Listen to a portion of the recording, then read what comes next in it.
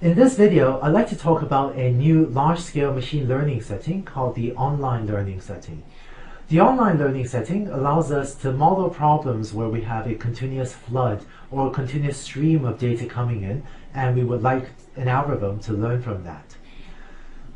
Today, many of the largest websites or many of the largest website companies use different versions of online learning algorithms to learn from the flood of users that keep on coming back to the website. Specifically, if you have a continuous stream of data generated by a continuous stream of users coming to your website, what you can do is sometimes use an online learning algorithm to learn user preferences from the stream of data and use that to optimize some of the decisions on your website. Suppose you run a shipping service, so users come and ask you to help ship their packages from location A to location B. And suppose you run a website where users repeatedly come and they tell you where they want to send the package from and where they want to send it to, so the origin and destination, and your website offers to ship the package for some asking price. So I'll ship your package for $50, I'll ship it for $20. And based on the price that you offer to the users sometimes choose to use a shipping service. That's a positive example. And sometimes they go away and they do not choose to purchase your shipping service. So let's say that we want a learning algorithm to help us to optimize what is the asking price that we want to offer to our users. And specifically, let's say we come up with some set of features that capture properties of the users, if we know anything about the demographics. They capture the origin and destination of the package, where they want to ship the package, and what is the price that we offer to them for shipping the package.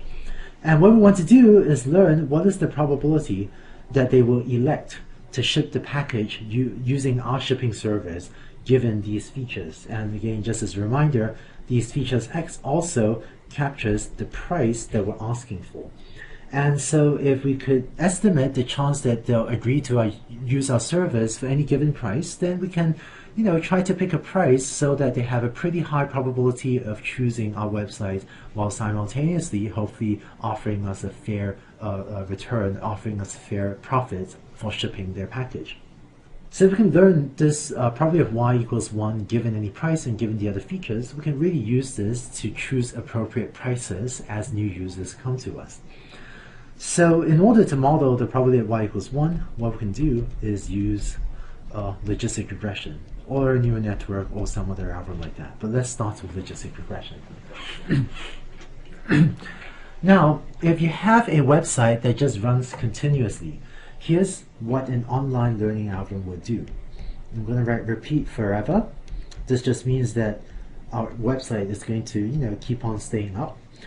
And what happens on the website is occasionally a user will come, and for the user that comes, we'll get some XY pair, right, corresponding to a customer or to a user on the website. So the features X are the origin and destination specified by this user and the price that we happen to offer to them this time around, and Y is either 1 or 0 depending on whether or not they chose to use our shipping service. Now, once we get this XY pair, what an online learning algorithm does is then update the parameters data using just this example X comma Y. And in particular, we will update my parameters data as theta J gets updated as theta J minus the learning rate alpha times my usual gradient descent rule for logistic regression. So we do this for j equals 0 up to n, and that's my closed curly brace. So for other learning algorithms, instead of writing xy, right, I was writing things like xi comma yi.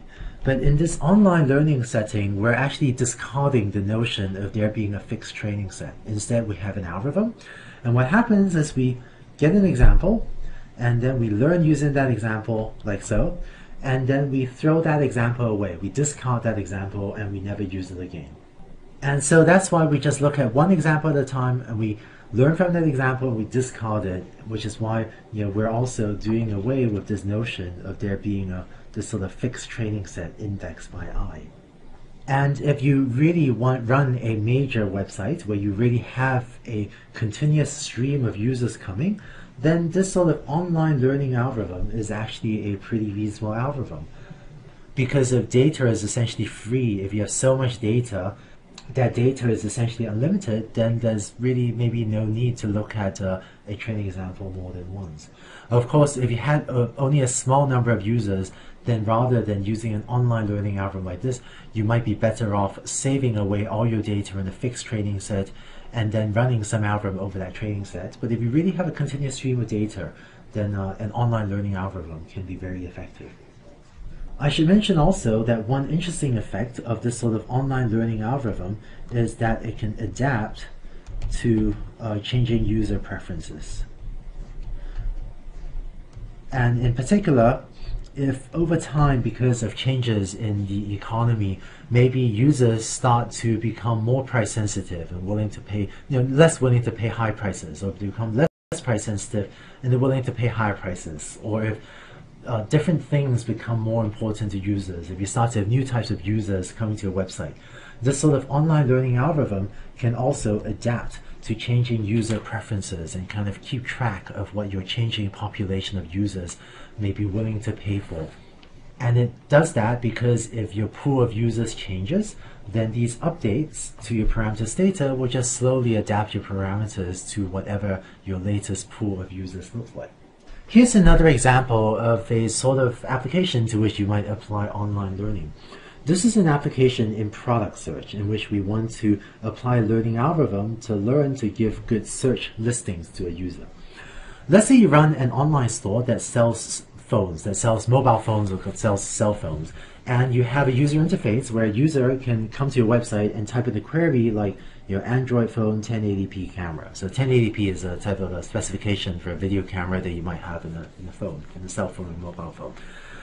Suppose we have 100 phones in our store, and because of the way our website is laid out, when a user types in a query for the search query, we would like to find a choice of 10 different phones to show or to offer to the user.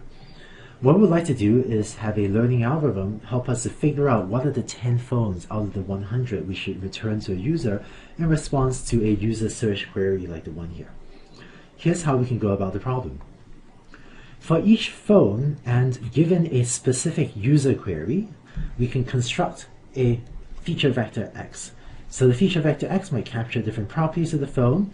It might capture things like how similar the user search query is to the phone. So we capture things like how many words in the user search query match the name of the phone, how many words in the user search query match the description of the phone, and so on. So the features X capture properties of the phone, and it captures things about how similar or how well the phone matches the user query along different dimensions.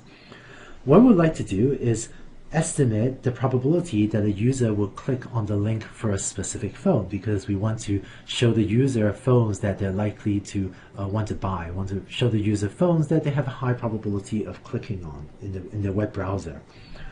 So I'm going to define y equals 1 if a user clicks on a link for a phone and y equals 0 otherwise.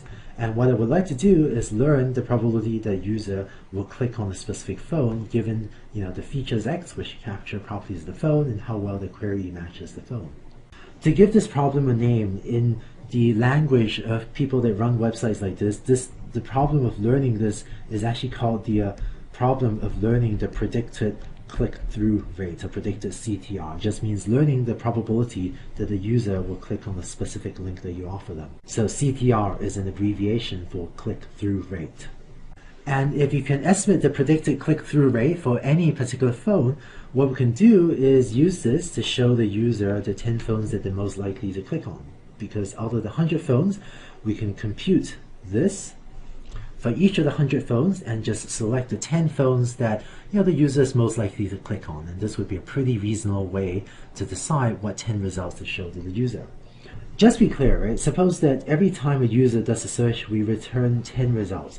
What that will do is it will actually give us 10 XY pairs. So this actually gives us 10 training examples every time a user comes to our website, because for the 10 phones that we chose to show the user, for each of those 10 phones we get a feature vector X, and for each of those 10 phones we show the user, we will also get a value for Y. We will also observe a value of Y depending on whether or not they clicked on that URL or not. And so one way to run a website like this would be to continuously show the user, your 10 best guesses for what are the phones they might like. And so each time a user comes, you would get 10 examples, 10 XY pairs, and then use an online learning algorithm to update the parameters using essentially 10 steps of gradient descent on these 10 examples. And then you can throw the data away. And if you really have a continuous stream of users coming to your website, this would be a pretty reasonable way to learn parameters for your algorithm so as to show the 10 phones to your users that are maybe most promising and that they're most likely to click on. So this is a product search problem, or learning to rank phones, or learning to search for phones example. So I'll quickly mention a few others. One is if you have a website, you're trying to decide what special offers to show the user. This is very similar to phones. Or if you have a website and you show different users different news articles. So if you're a news aggregator website, then you can again use a similar system to show to the user, what are the news articles that they are most likely to be interested in, and what are the news articles that they're most likely to click on. Closely related to special offers would be product recommendations.